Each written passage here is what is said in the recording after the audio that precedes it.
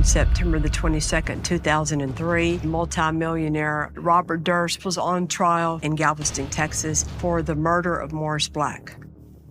That trial was the beginning of one of the biggest legal stories in America. All eyes were on this case. This was an international story because the defendant owned more than anybody probably owned in all of New York City. This case was not going to be a whodunit. It was going to be a whydunit. This is what Mr. Durst did to Morris Black. How in the hell do we get this jury to look at what happened versus all the he did afterwards that makes him look like a very dangerous, calculated killer? This was not a case that I was involved in. The lawyers that were involved are all friends of mine. But even as much as I thought I knew, I had no idea what was really going on in Galveston County. None of it makes sense. Absolutely none of it. It would be nice to believe that when you have the evidence, when it's credible and compelling, you're going to get the right verdict. But when you have a defendant with unlimited resources and money, unfortunately, that's not the way it always happens. It's important to find out truly what happened behind the scenes in Galveston County, truly what happened with that jury, with that verdict, with those lawyers. That's a story nobody has ever heard before.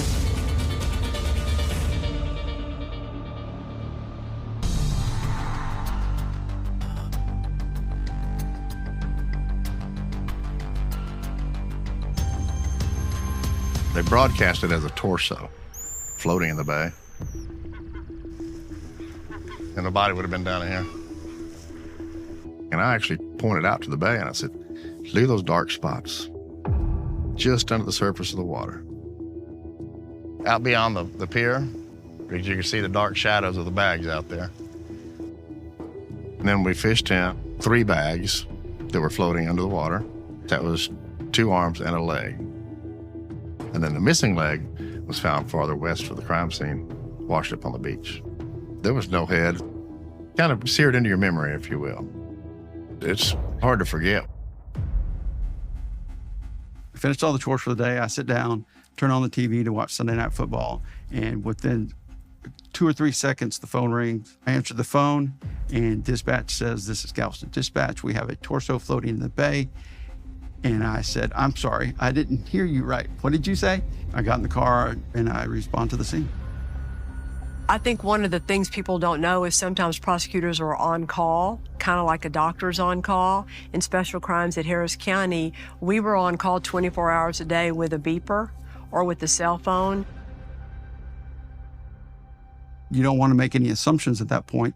You let the evidence tell you where to go next. We have the torso, 2 legs, 2 arms, and 3 empty bags.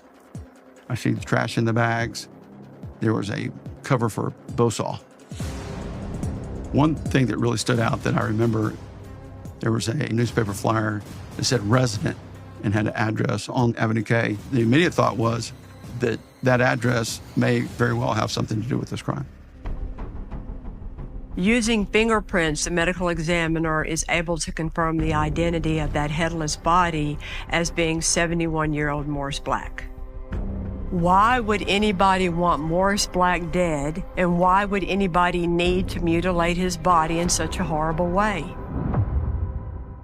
While Morris Black's family is notified about his death, the Galveston Police Department arrives at that address on Avenue K. The trash was out at the curb, and inside the trash can there was a .22 pistol and empty shell casing. We're very much thinking we had a murder weapon at that point.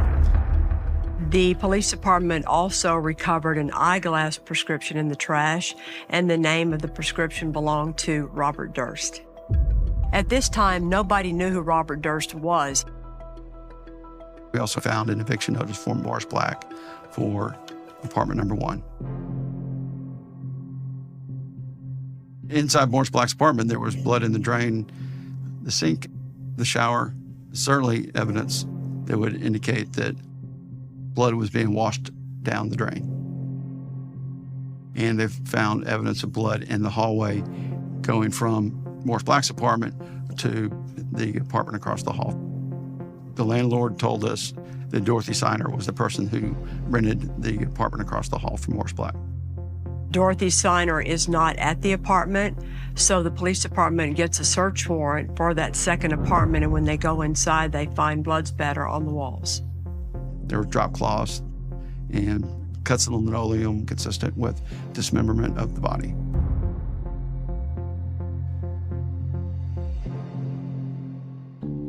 Morris Black was kind of a loner. He had a good heart, but he could be difficult. Morris Black would wear like a little knit cap all the time, and he walked around like a sailor man, and he was a merchant marine. The way he lived was off the grid. He kept to himself. Usually you can get a better feel for your victim, but Morris Black just kind of stayed this shadowy character that not a lot was ever known about.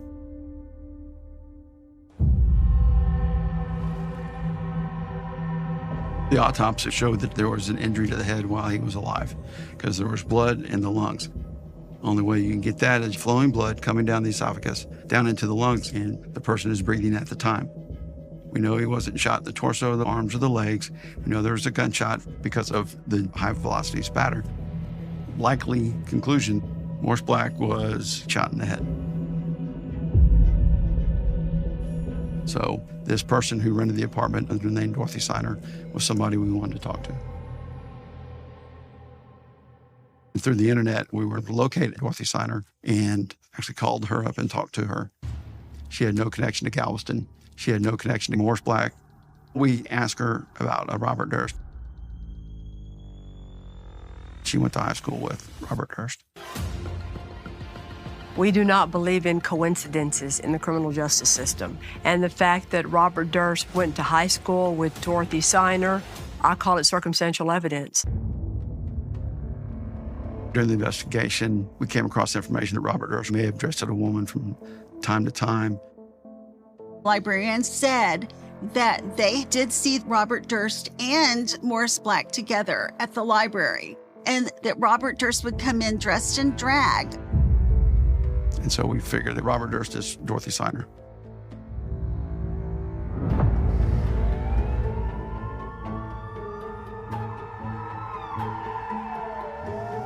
Officers pulled over the vehicle, which was driven by Robert Durst.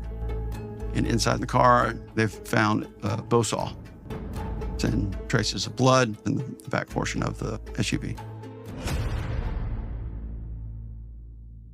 Officer Cody and I were upstairs of Galveston Police Department where Robert Durst was, and he asked what his bond was. And Cody told him it was $250,000, and then asked him, "Do you have that kind of money?" And his response was, "Not on me." He's booked, and then he made bond, I believe, the next day. At that time, I got a call from a New York Times reporter asking me to look at an old photo and see if it's the same Robert Durst. From there, all hell broke loose. We find out Robert Durst was actually a real estate heir from New York City. His family owns Times Square. So what in the world is Robert Durst doing dressed as a woman in Galveston, Texas in some crappy apartment? Galveston is a port city, so we have people from all over the world coming through our ports. And it seems to be the perfect place to get away, disappear, and hide if you're looking to do that. One of the reporters told me that he was a suspect in the disappearance of his wife from a long time ago, and that case had never been solved. He's also a suspect in LA in his best friend Susan Berman's murder only a year earlier. Maybe he was hiding in Galveston because these charges were heating up. When the time comes for Durst to show up for the initial hearings in the Morris Black case, he is nowhere to be found. He was on the lam, and turns out he's got resources to be on the lam forever if he wants. If he's that wealthy, just pay the cash to bond out like that. There's no telling where he is now. He's gone. Someone killed someone and cut their body up? That seems crazy. Robert Durst hired the dream team of Texas. Justice isn't black or white, it's green. And he had the green.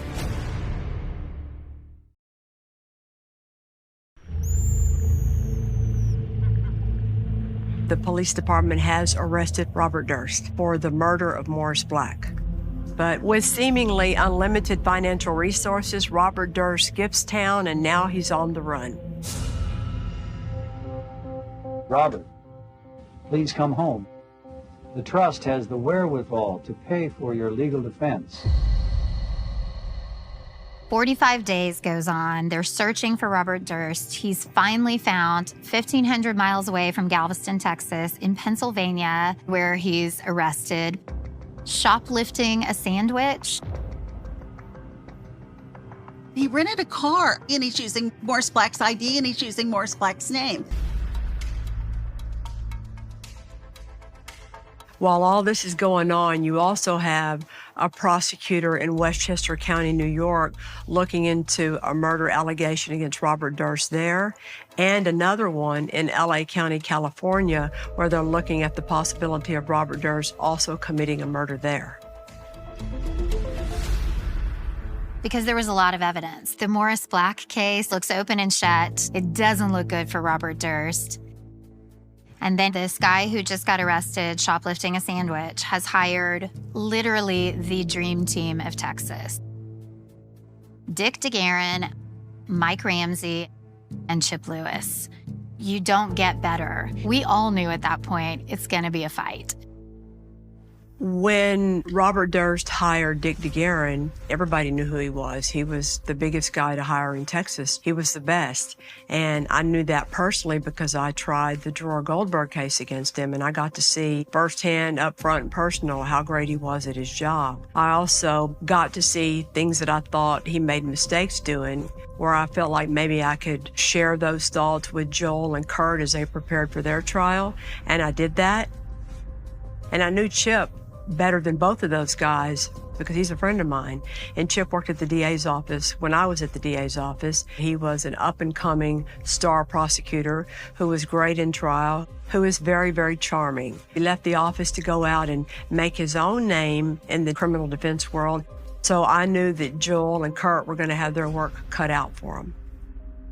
I had enjoyed a lot of success and created a very favorable reputation. That very fortunate set of circumstances put me in a position to be hired on the Durst case. Here I am, just over 30, going to be trying the most high-profile case in the country, if not the world. I remember walking over to the main courthouse, and as soon as we turned the corner, there was 50, 100 cameras. It was bizarre. All eyes were on this case. This was an international story because the defendant was the son of a billionaire with a B, somebody who owned more than anybody probably owned in all of New York City.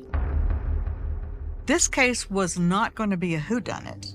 It was going to be a whydunit, because with the amount of forensics that you have cutting a body up, they're going to be able to tie back something with the DNA to Durst. That's unavoidable.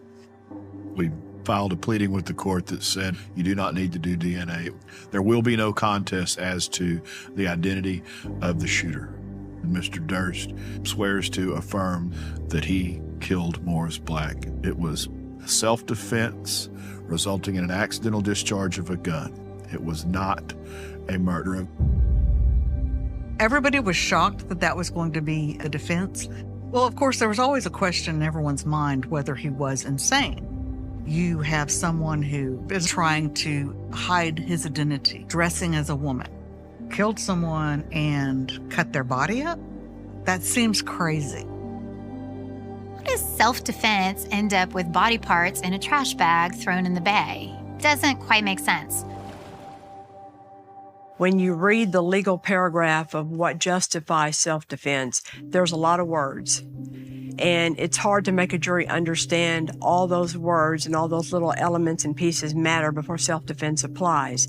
Before you're allowed to use deadly force self-defense, you have to believe the threat is imminent, like about to happen, and you have to use reasonable force necessary to defend yourself. Self-defense cases are harder to prosecute than you think. We knew the atrocious, horrific facts and what they were.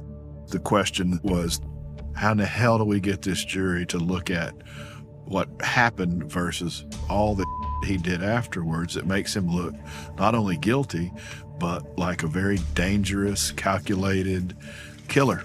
But we had all the money in the world to do all the work we wanted to do to get there. I think if we can keep this on track, we're going to win this case.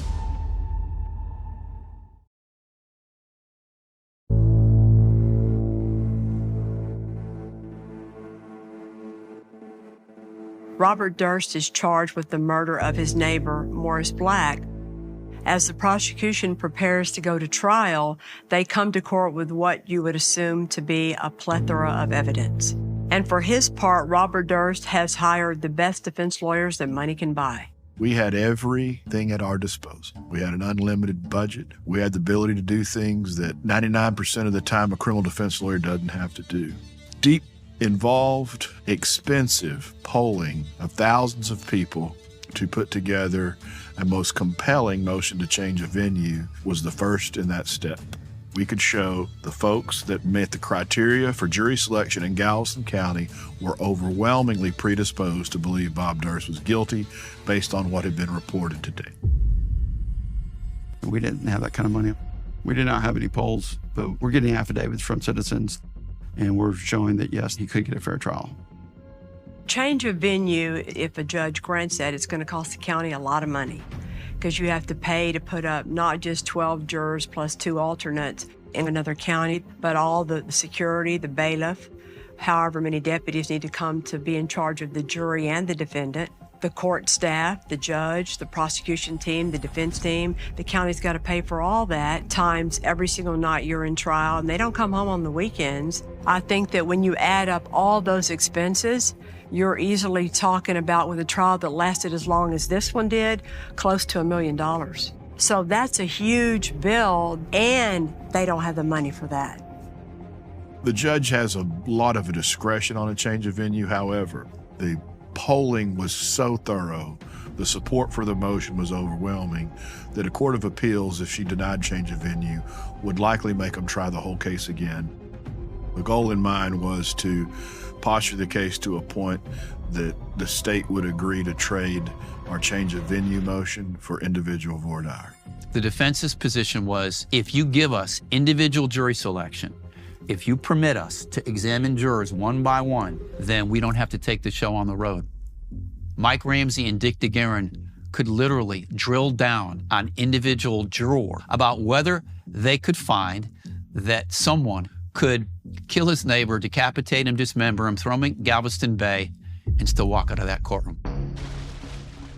So in a typical case, they all would have had 30 minutes to pick their entire jury and be done. In this case, they traded it for unlimited voir dire, which means that Chip Lewis, because he was the one that handled voir dire, got up and talked to every individual juror for as long as he wanted to. And then they decided what they wanted to do with each juror. Whole different ballgame. So strategically, what he did playing that card was brilliant. And I've never seen it done before that way, ever. The defense team definitely took advantage of the individual jury questioning and spent a lot of time with jurors. Chip Lewis, in particular, did a lot of the jury questioning, and he was getting to be friends with those jurors before they ever walked into that jury box. I'm watching jury selection. They bring the panel of 300 jurors in, and he proceeds to, by the next day, have memorized every single one of their names and connected it to their face. I was very surprised that he had taken the time to memorize everybody's name.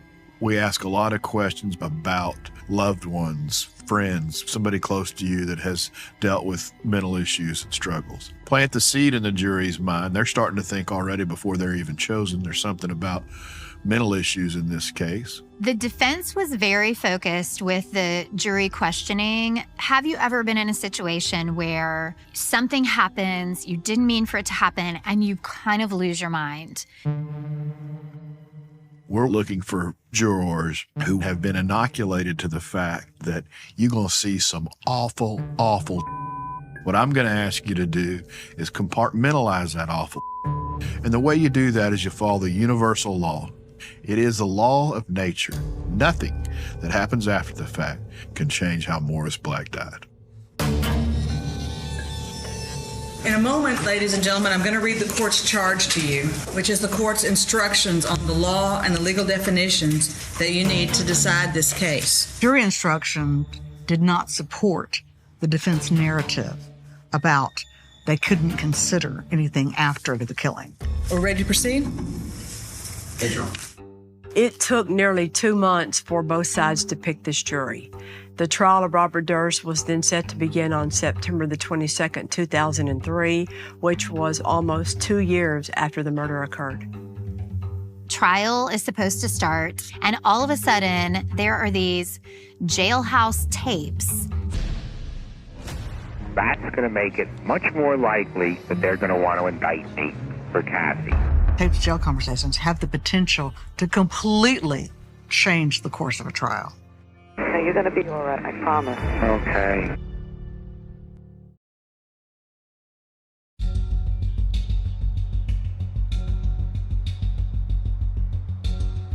Days before we were to begin the trial, 36 hours worth of recorded phone jail conversations with Robert Durst arrived.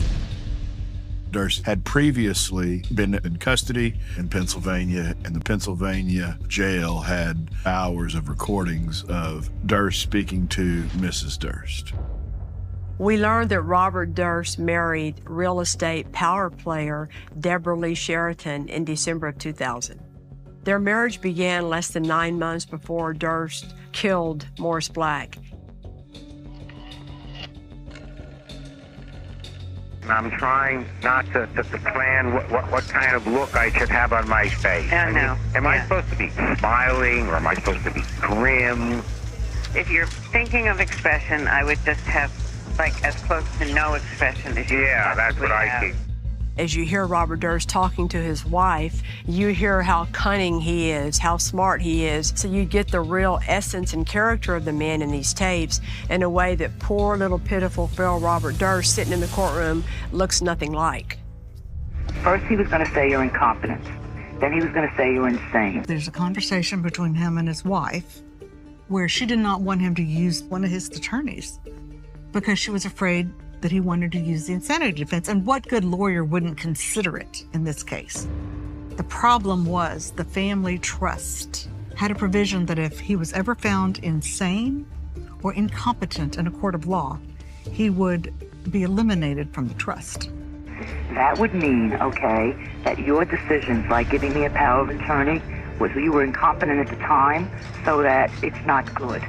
And wait, let me finish, no interrupt. What he doesn't want is me to get any of the trust money later on. So they would take all your money and they would become the guardians of it. It's too risky. The $750 million that he standed to inherit would not go to him.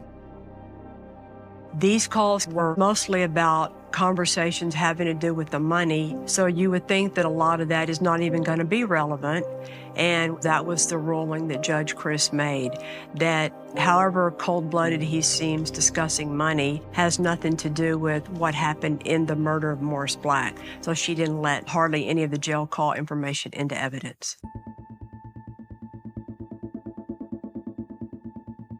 The defendant, Robert Durst, stands charged by indictment with the offense of murder. The defendant has pleaded not guilty. The Texas trial of the century is ready to begin. He murdered Morris Black in cold blood and tried to get away with it. As the prosecutors are presenting their case, it looks pretty bad for Durst. The prosecutors had a mound of evidence that seemed insurmountable. Motive is not a required element in any murder case. We're all taught that, we all get that, but we also know that if you can't put a motive out there that makes sense to a jury, you're probably not going to win your case. The prosecution laid out this was a premeditated murder to kill Morris Black, to assume his identity. The prosecutors laid out evidence that Robert Durst was no dummy. He didn't just panic. He executed Morris Black, and then he proceeded to chop up his body and try to get rid of it. I mean, people within our office, lawyers on the case, thought there's no way you can win this case. When the defense got up there, they talked about his life as a young boy and some of the hardships. He had a tough father by all accounts. We establish he witnessed his mother commit suicide when he was 11 years old and was raised essentially by a caretaker. The defense wanted to portray him as having some mental illness or a little bit of insanity without using it as an actual defense. We let elements of Asperger's, on the spectrum, all of the quirks that are Bob Durst start early and often. We didn't need the jury to like him. We needed him to understand he's a strange bird. Because of his Asperger's, because of his upbringing, he was very prone to being bullied.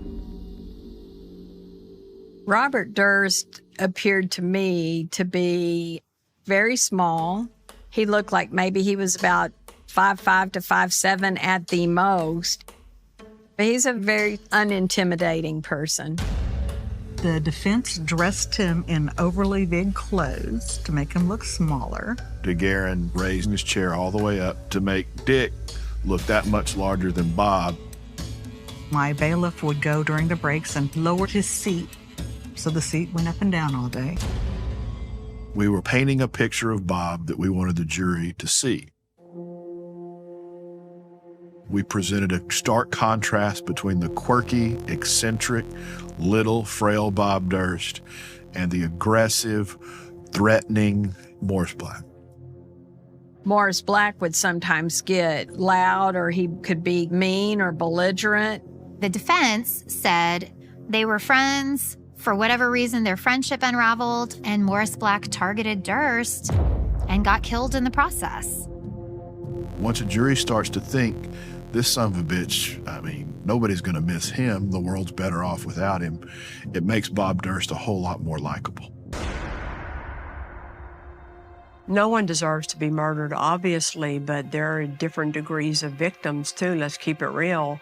And it's a lot easier to prosecute a case when your victim is nice and sweet and innocent than when they're not. We had a body, and we had a lot of other circumstantial evidence. So it's good evidence. But what we didn't have, the smoking gun is not there, so to speak. In this case, it'd be the smoking head. Now, how do you prove it without the head? How do you prove that it was accidental? Intentional? How do you prove it? I don't know. Periodically, when we were all together, Ramsey would inevitably, with perfect comedic timing, say, "They didn't find a head yet, did they?" It was always out there in orbit. You better hope they don't find the head, because if that bullet hole's back here and not right here, we got a problem. All defendants are innocent until proven guilty. The burden of proof rests on the prosecution to prove the case. The state calls one of their main witnesses, their lead detective, Cody Gonzalez, to walk through every piece of evidence that connects to Robert Durst. Once the prosecution finishes with their direct of Cody Gonzalez, the defense begins their cross-examination.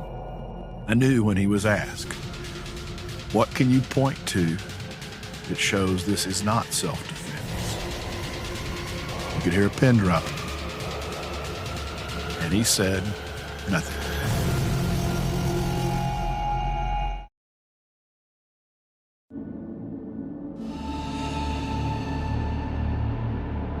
Once the prosecution rests, the defense's first witness was Robert Durst. Putting a defendant on the stand in a murder case when you're as odd as Robert Durst is, that's a pretty risky move. There was never a doubt that Bob had to testify. There's no rule that says you have to put the defendant on the stand and it has to come out of his mouth to say I acted in self-defense. But a lot of old school defense lawyers do believe that if you're going to walk a defendant and get them found not guilty, if it's self-defense, they have to get up there and claim self-defense. Durst is answering questions from his defense team about what it was like to be disguised as a woman while he was living in Galveston. And he proceeded to tell these stories about his wig falling off, his wig catching fire one time. It was incredibly bizarre and funny, and jurors were laughing. If I were the prosecutor and I saw the jury laughing along with my defendant, I would be pretty alarmed because they're liking this guy. I think the only way you can counter that is to just keep hammering home. We're talking about a man who got a bow saw and tried to cut up a human body to conceal the fact that he committed murder. Don't let them take the monster and make you think he's likable. Come on. The defense did talk about how Robert Durst and Morris Black were friends, and they lived across the hall from each other.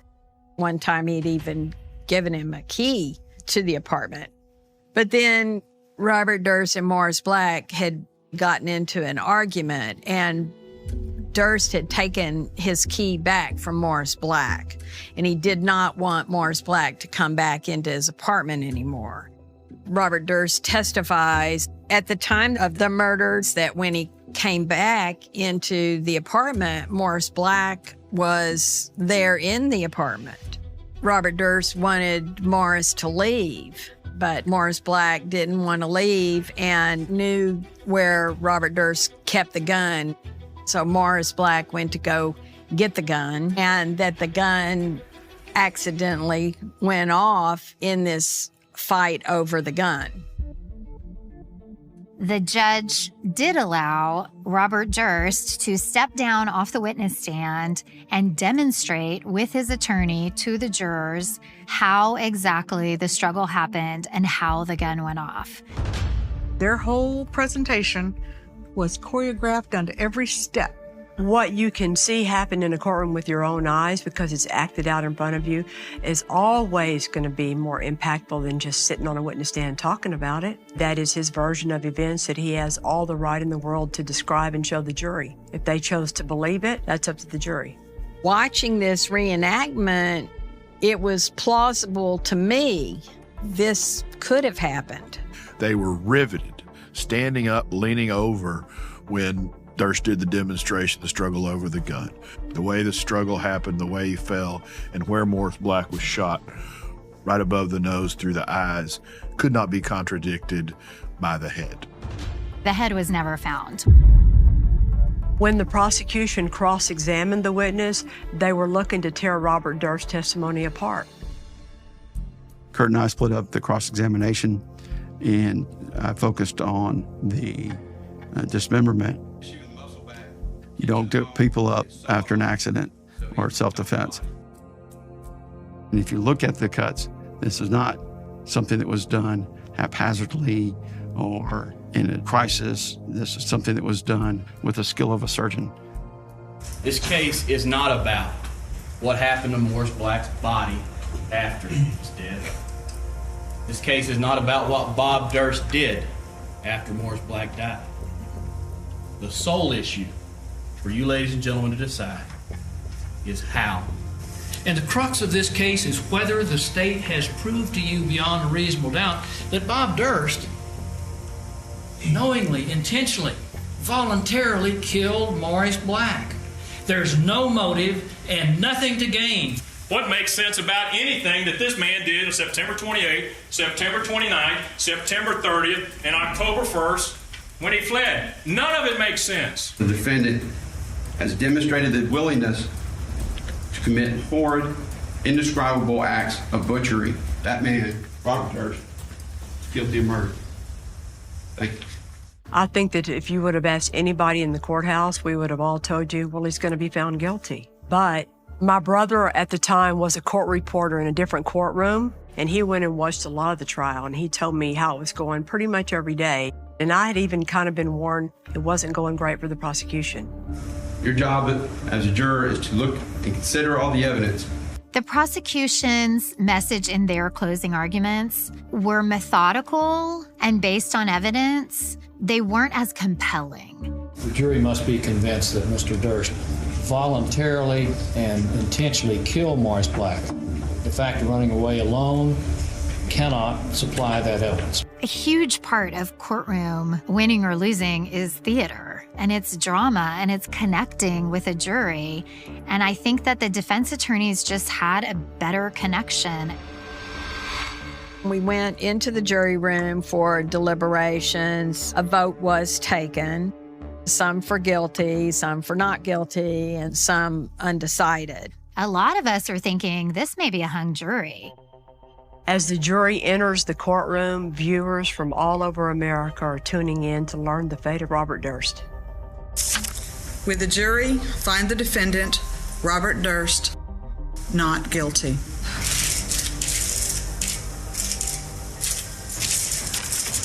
The courtroom went berserk. Reporters were running out of the courtroom to do live shots. People were crying. Everybody in the country, especially everybody in law enforcement or a prosecutorial background, thought this was the greatest layup of all time. There's no way he's not going to be convicted. But criminal justice for the Dursts of the world is far different than the average citizen. Justice isn't black or white, it's green. And he had the green. I don't want to believe that just because a defendant has a lot of money, he can subvert the system and walk away with a not guilty verdict and not get justice. A disaster happened, and it makes me sick. I mean, Joel and Kurt took their loss quietly, a lot better than I would have. When we heard the verdict, you need to respect the jury and not react when you hear the verdict. It's a tough job. We presented the case to the best of our ability. It was a pretty awful moment because I have to act like I don't have an opinion about it. But in my head, I'm thinking, oh my God, this guy's really dangerous. And he's about to be loosened on the public. I don't think the jurors had any idea the lens they were going to be under the second they said not guilty. I did not want to convict this man on what I thought. I wanted to make a decision on what I knew, on the evidence that was presented to me. Based on the evidence that was presented to us, there was reasonable doubt. I feel that the prosecution did not prove how Morris Black died. We all, as jurors, agreed that the not guilty is saying not proven. After Robert Durst was found not guilty, the other charges were kind of just left over. Nobody had the zeal to worry about those, and they all pretty quickly just came to an agreement that he would serve a little bit of time and plead to those cases, and it would all be over with in Texas. After the jury verdict, there were accusations of, were any of the jurors paid off? Did Durst get to them? I believe in this case, justice was bought.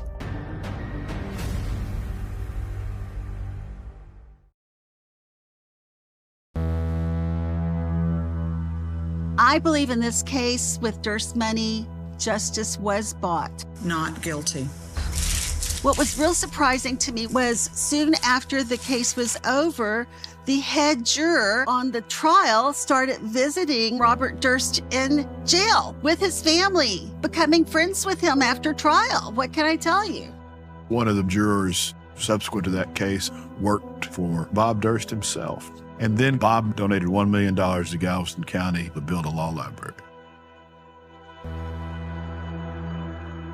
I think that the jurors in this case, if you ask them today, would change their verdict. I'm getting kind of emotional here because, I mean, now you find out all this stuff afterwards, and I just felt like we were all played. Robert Durst was found not guilty for what happened with Morris Black, but his real day of reckoning came in a courtroom in LA County for the Susan Berman case with a prosecutor named John Lewin. John Lewin was able to build a strong circumstantial evidence case because he took the incriminating evidence from Robert Durst's friends and connected that to the incriminating evidence from Robert Durst himself to link Robert Durst to the murder of Susan Berman. John Lewin was granted access to all of Kurt and Joel's files and spent a whole lot of time talking to them, as well as the people involved with the Kathy Durst case. John Lewin was able to take a bird's eye view of what was going on all across the country, from New York to Texas to LA, and make it all understandable and put it all together and make it all admissible in that one trial in LA County. And nobody else ever did that.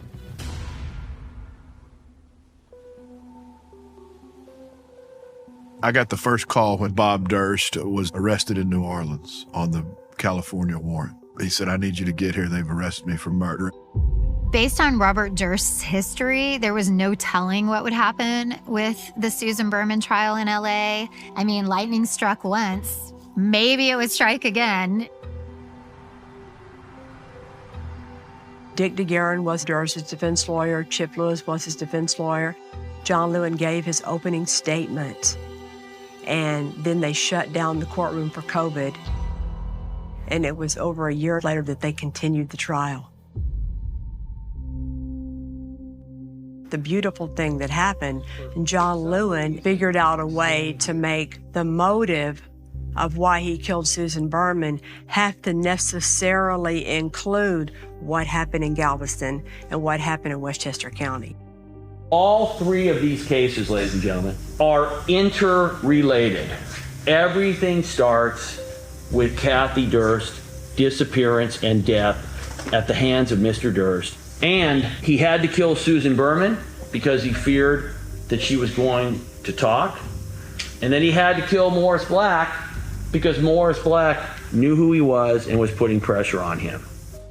Judge Wyndham was a fine man. I like him a lot. We're friends. But when he overruled my motion to keep out Morris Black, I told him on the bench, we don't need to have the trials. It's over. There was no ability to make Robert Durst a sympathetic figure. A jury to hear that in the face of everything else, they were never going to acquit him. When they put Robert Durst on the stand, he was sickly, he was older, the pizzazz had gone away, and John Lewin was super prepared and went at him.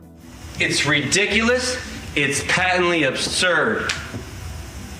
It's a fiction.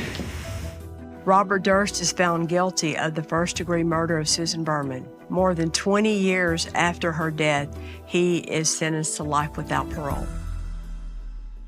There was a lot of satisfaction in watching the outcome of the Los Angeles trial, because it did feel like he was being accountable not just for Susan Berman's murder, but for Morris Black and for Kathy Durst's murder.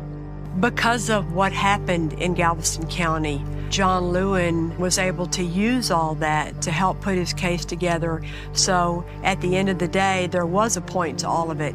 It didn't happen as soon or as nicely or as easily as maybe we would have wanted, but in the end, they got justice.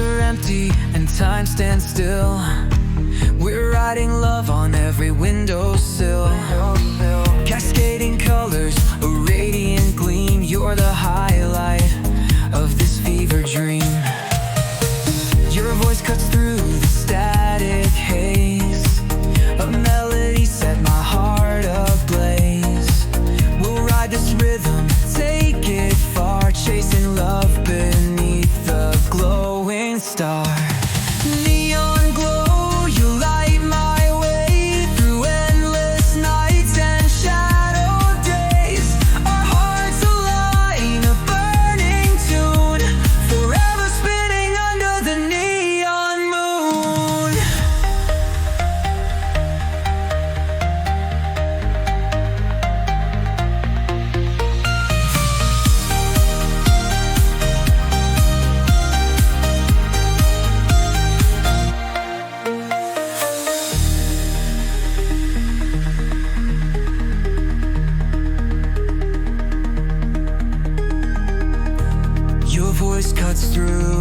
static haze. A melody set my heart